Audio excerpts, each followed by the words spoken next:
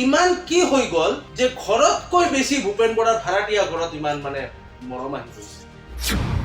যি মুখ্যমন্ত্ৰী ডাঙৰীয়াই এসপ্তাহ আগতে ভূপেন বৰাক দুশ্চৰিত্ৰ বুলি আখ্যা দিছে, আজি এই মুখ্যমন্ত্ৰী ডাঙৰীয়াৰ ভৰি চবলগীয়া হৈছে ভূপেন বৰা ডাঙৰীয়া। মানে আইডিঅলজিটো পুৰা মুখ্যমন্ত্ৰীৰ চৰণত দি দিছে বুলি ক'ব লাগিব। আপুনিও মা কামাখ্যাৰ নাম লৈ শপত খাই কৈছিলে যে আপুনি কেতিয়াও কংগ্ৰেছ দল ত্যাগ নকৰিব। আজিৰ দিনটোত এইবোৰ কথা আপোনাৰ ক'ত গ'ল? আপোনালোক সকলো অৱগত যে যোৱা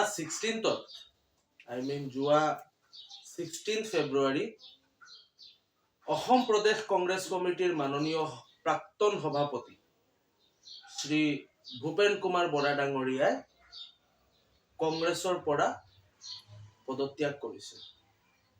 তো আমি সকলোৱে জানো ভূপেন বৰা ডাঙৰীয়া পদত্যাগ কৰাৰ পিছত এইখন সংবাদ গোটেই কেইটা চেনেলৰ সংবাদ শিৰোনামলৈ আছে। তো তেওঁ পদত্যাগ পত্ৰ প্ৰেৰণ কৰাৰ পিছত তাৰ ঘৰলৈ ৰাজ্যিক নেতৃত্বকে আৰম্ভণি কৰি কেন্দ্ৰীয় নেতৃত্ব ৰাহুল গান্ধী ডাঙৰীয়া সবে দলৰ যিসকল সুপ্ৰিমো আছে সকলোৱে তেওঁৰ লগত কণ্টেক্ট কৰিছে।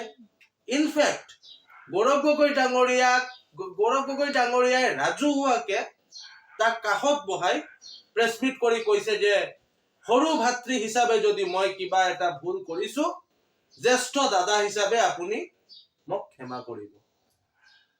আৰু কিমান তললৈ পৰিব মানুহ? এতিয়া কথাটো হৈছে আন এটা বস্তু চাই মোৰ আচৰিত লাগিল যে মুখ্যমন্ত্ৰী ডাঙৰীয়া ভূপেন বৰা ডাঙৰীয়াৰ ঘৰলৈ যেতিয়া গৈছে তেতিয়া ভূপেন বৰা ডাঙৰীয়াক কাষত বহাই মুখ্যমন্ত্ৰী ডাঙৰীয়াই কৈছে যে অহা 22 তাৰিখে মানে আজি 19, অহা 22 তাৰিখে ভূপেন বৰা ডাঙৰীয়া বিজেপিলৈ যোগদান কৰিব।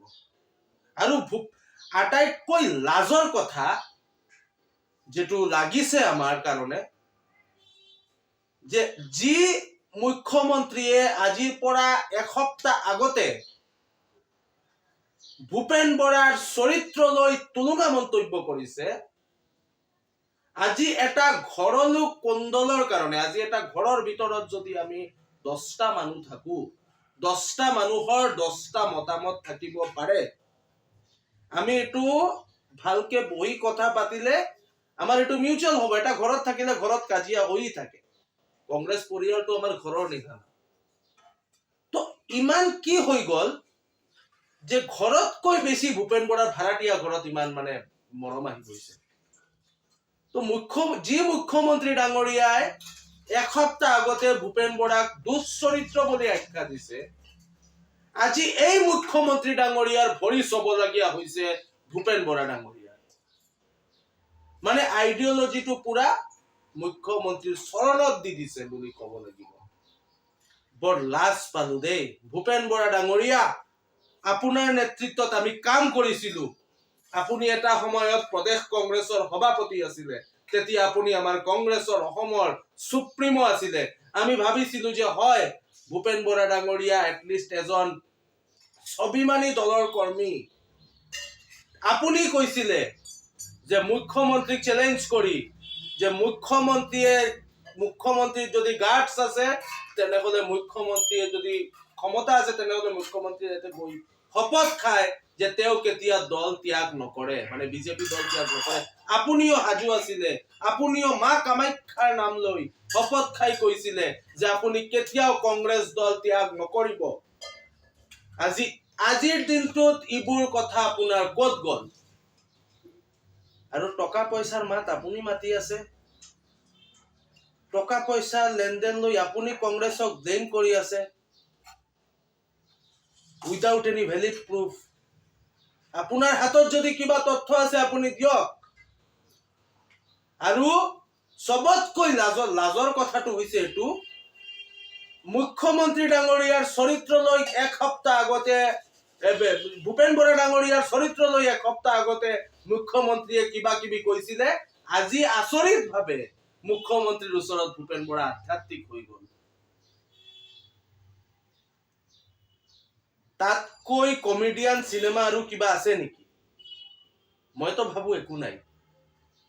তো কথাটো হৈছে এনেকুৱা, ভূপেন বৰা ডাঙৰীয়া, আপুনি আজি বিজেপিলৈ যোৱাৰ আগতে যিসকল হিন্দী চিনেমাৰ ডায়লগ দি আছে, যিসকল ডাঙৰ ডাঙৰ মাত মাতি আছে, আপুনি যদি সঁচাকে দলৰ এজন স্বাভিমানী কৰ্মী হলেহেঁতেন, আপুনি যদি সঁচাকে এজন স্বাভিমানী অসমীয়া হলেহেঁতেন, তেনেহলে মুখ্যমন্ত্ৰীয়ে যে আপোনাক দুশ্চৰিত্ৰ বুলি কৈছে, মুখ্যমন্ত্ৰীয়ে যে আপোনাক টুলুঙা মন্তব্য কৰিছে, যি মুখ্যমন্ত্ৰীক আপুনি মা কামাখ্যাৰ নাম লৈ কৈছিলে যে আপুনি কেতিয়াও কংগ্ৰেছ দল ত্যাগ নকৰে, এইবোৰ কথা আপোনাৰ এবাৰ হলেও মনত পৰিলেহেঁতেন।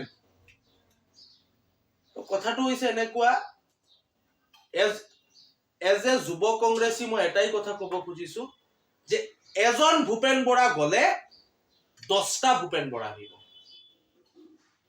লিডাৰ এটা যোৱাত আমাৰ একো ক্ষতি নহয়, বৰঞ্চ বিজেপিৰ যিসকল গুপ্তচৰ আছে, যিসকল লাহে লাহে কংগ্ৰেছৰ পৰা পোনে পোনে নাইকিয়া হৈছে। তো কথাটো হৈছে আমি অনাগত দিনত সকলোৱে আমি যিসকল মনৰ পৰা দৃঢ়ভাৱে কংগ্ৰেছ কৰি আছে, সকলোৱে আমি ৰাইজৰ কাৰণে যুঁজ যেখন আছে আমাৰ চলি থাকিব, আৰু অহা অনাগত দিনত গৌৰৱ গগৈৰ হাতখন কেনেকে শক্তিশালী কৰিব লাগে সেয়া হ'ব লক্ষ্য।